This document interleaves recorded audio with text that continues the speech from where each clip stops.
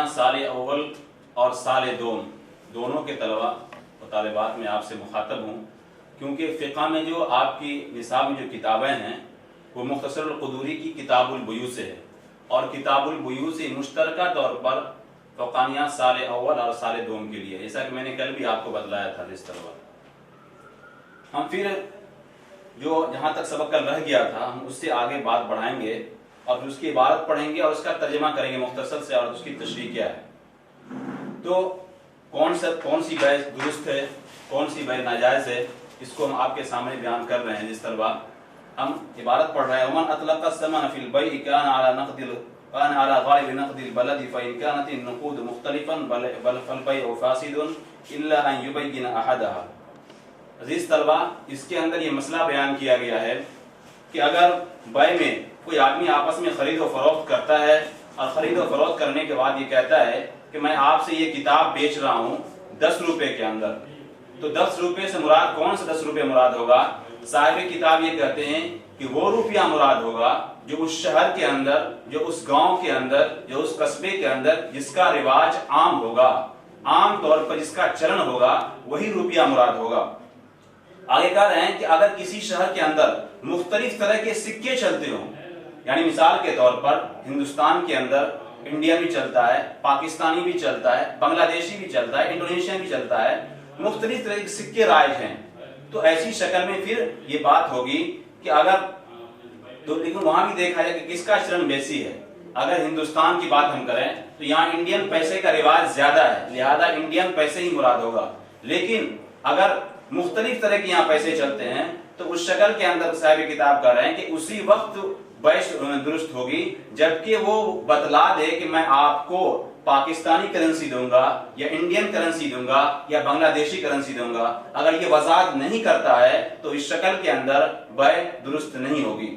उसी बात को, और इसमें एक लफ्ज है नक़दिल बलद, मैं इसका तर्जुमा आपको बता देता हूं अजीज तलबा। इसका माने आते हैं शहर का सिक्का, शहर का सिक्का मुराद है। आगे बतलाया वयजूज़ बैउ ताम वल हुबूब कुल्लिहा मुकायलतन व मुजाज़फतन व बिनाइन बिआइनिही ला युअरफु मिक़दारुहु औ बिवज़निन हजरिन बिआइनिही ला युअरफु मिक़दारुहु। अजीज तलबा, तमाम तरह के गल्ले को आप खरीद फरोख्त कर सकते हैं, उसको बेच सकते हैं, चाहे वो आटा हो, चावल हो, गेहूं हो, जौ हो, जो भी चीज हो उसको आप बेच सकते हैं। लेकिन किसी भी गल्ले को बेचने के लिए बेचने की 4 तरीके हो सकती हैं, 4 तरीके हो सकते हैं। मिसाल के तौर पर 1 किलो आटा है, 2 किलो आटा है, उसको हम कैल से बेच सकते हैं, उसको हम अंदाजे से बेच सकते हैं और उसके साथ साथ किसी ऐसे बर्तन से बेच सकते हैं जो जिसकी मिकदार मालूम ना हो। कोई एक ऐसा नपना होता है, देखे होंगे देहातों में या शहरों के अंदर ऐसा होता है कि कोई ऐसा डब्बा होता है, कोई ऐसा नपना होता है या कोई ऐसा प्याला होता है जो बिल्कुल फिक्स होता है। हम उस तरह से भी किसी आटा चावल को या गल्लात को हम बेच सकते हैं। उसी तरह किसी ऐसे पत्थर से जिसकी मिकदार ही पता नहीं है, मतलब ये है कि वो पत्थर 1 किलो वजन के बराबर का है या 1.5 किलो वजन के बराबर का है या 2 किलो वजन के बराबर का है, ये भी पता नहीं है। सिर्फ इतना बड़ा अगर पत्थर है तो उससे भी आप खरीद और फरोख्त कर सकते हैं। खुलासा कलाम ये है कि साहिब किताब ने इसके अंदर ये बयान करवाया अजीज तलबा कि आप किसी भी चीज को आप 4 तरीके से बेच सकते हैं, कैल करके, वजन करके और किसी नपने से भी बेच सकते हैं और साथ ही साथ किसी आम तरह के किसी पत्थर से भी बेच सकते हैं जिसके बारे में पता ना हो कि इस पत्थर का वजन कितना है, 100 ग्राम का है, 200 ग्राम का है, 500 ग्राम का है। इसी तरह जिस प्याले से आप बेच रहे हैं, जिस पैमाने से आप बेच रहे हैं, उसके बारे में पता नहीं है कि भाई इस डब्बे के अंदर 1 किलो अनाज आता है, ये 2 किलो अनाज आता है, ये भी पता, उससे भी आप बेच सकते हैं। तीसरा मसला यहाँ बयान फरमा रहे हैं वमन बाअ सुब्रत तामिन कुल्ल कफीसिन बिदिरहमिन जाज़ल बैउ फी कफीसिन वाहिदिन इंद अबी हनीफा रहिमहुल्लाह तआला व बतल फिल बाकी इल्ला अन युसम्मा जुमलत कुफजानिहा फक़ाल अबू यूसुफ मुहम्मद यसिहु फिल वजहैन। यहाँ पे एक इख्तिलाफी मसला बयान फरमा रहे हैं साहिब किताब, और यहाँ पर एक मसला बयान कर रहे हैं कि अगर गल्ले का ढेर है, अगर गल्ले का एक ढेर यहाँ पर लगा हुआ है और मैं मिसाल के तौर पर यहाँ पे गल्ले का ढेर लगा हुआ जो मेरा है, मैं आपसे ये कहूं कि इसमें से 1 किलो 1 रुपये के एवज में बेचूंगा, यहाँ पर 200-400 कुंटल यहाँ मेरा अनाज रखा हुआ है, मैं आपसे ये कहूं कि इसमें से हर किलो 1 किलो 1 रुपये के बदले में बेचूंगा, तो यहाँ पर यहाँ पर कह रहे हैं कि सिर्फ एक कफीज जो होता है, यानी 1 किलो में समझिए बै जायज होगी। ये कौन कर रहे हैं? इमाम अबू हनीफा रहमतुल्लाह अलैह कर रहे हैं। क्यों? इस वजह से कर रहे हैं कि यहाँ पर जो ढेर रखा हुआ है, इतना बड़ा ढेर 200-400 किलो का ढेर जो है, उसमें पता ही नहीं है कि इसमें कितना है, कितना इसमें अनाज है, ये पता नहीं है। और ज़ाब्ता ये है कि अगर मबी या समन में से कोई एक मजहूल हो, उसमें जहालत हो हल्की सी भी, तो वो बै दुरुस्त नहीं होती है। इसलिए कह रहे हैं कि सिर्फ एक कफीज में यानी 1 किलो में सिर्फ बै जायज होगी, बाकी उसके अलावा किसी में जायज नहीं हो। क्यों? इस वजह से कि 1 किलो होना तो कन्फर्म है, इतना बड़ा ढेरी है, जाहिर सी बात 1 किलो तो उसमें होगा ही, लेकिन फिक्स कितना होगा, 400 किलो है, 500 किलो है, 250 किलो है, ये पता नहीं। इसलिए इमाम साहब कहते हैं कि सिर्फ एक में जायज होगा, उसके बाद नहीं होगा। क्यों? कि यहाँ पर मबी जो है यानी जो सामान है, जो गल्ला है, वो मजहूल है। लेकिन इमाम यूसुफ, उनके जो शागिर्द है इमाम यूसुफ, इमाम मोहम्मद, जिसको साहिबैन कहते हैं, वो कहते हैं कि बिल्कुल सही है। क्यों?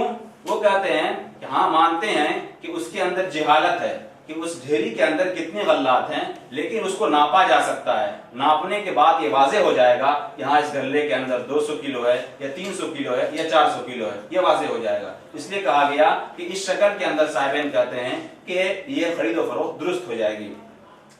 चौथा मसला यहाँ पर यह है,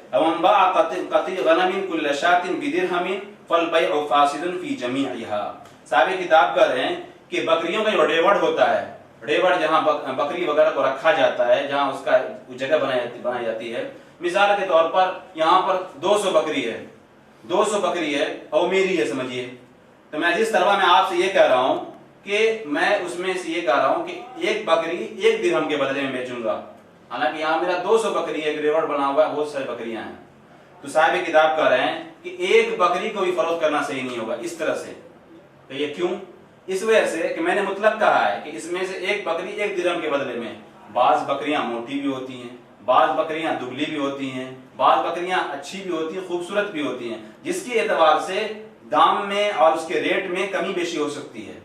तो जाहिर सी बात हम कहेंगे भाई 1 दिरहम में एक बकरी आपसे बेच रहा हूँ, तो जो सामने वाला होगा, मुश्तरी कहते हैं खरीदने वाले को, वो चाहे कि मैं ऐसी बकरी नहीं हो, मोटी ताजी हो, लंबी तगड़ी हो, मैं ये चाहूंगा कि नहीं पतली दुबली दूं, तो आपस में इख्तिलाफ होगा। और ज़ाब्ता ये है कि खरीदो फरोख्त के अंदर अगर जहालत हो या ये कि इख्तिलाफ की बात, निज़ा की बात आ जाए, तो उस सूरत के अंदर बै फासिद हो जाएगी। इसलिए कहा गया कि जो शख्स बकरी के रेवड़ को बेचे कि हर बकरी 1 दिरहम के बदले में, तो फरमाया कि बै तमाम में फासिद हो जाएगी। इसलिए हम बस आखिरी मसले को बयान करके अपनी बात को खत्म करेंगे कि फरमाया गया उसी तरह मिसाल के तौर पर कपड़े का एक थान होता है जिसमें 50-100 मीटर कपड़े होते हैं। तो कह रहे हैं कि उसमें भी यानी कोई आदमी बोले कि भाई 5 रुपए में 1 मीटर कपड़ा दूंगा, इस तरह से बोल दे, तो साहिब किताब कर रहे हैं कि 1 मीटर में भी सही नहीं होगा कपड़ा बेचना। क्यों? इस वजह से कि उसमें जो थान, बड़ा थान होता है, उसमें कपड़े मुख्तलिफ होते हैं। लेकिन यहीं पर एक बात मैं कह देता हूँ, ये पुराने जमाने के एतबार से, आज के जमाने में अगर किसी थान के अंदर 100 मीटर या 200 मीटर कपड़े हैं या 50 मीटर कपड़े हैं, तो तमाम यकसा होते हैं, या आज के एतबार से उसमें तो बै दुरुस्त हो जाएगी। लेकिन उस पहले जमाना में अगर 50 मीटर का एक थान हुआ करता था, तो उसमें तमाम के तमाम 50 मीटर यकसा नहीं होते थे, कहीं की बुनाई अच्छी होती थी, कहीं पर खराब होती थी। इसलिए साहिब किताब कर रहे हैं कि अच्छा खराब होने के एतबार से आपस में इख्तलाफ होता, इख्तलाफ की वजह से बै फासिद हो जाएगी। यहीं पर हम आज सबक को खत्म करते हैं।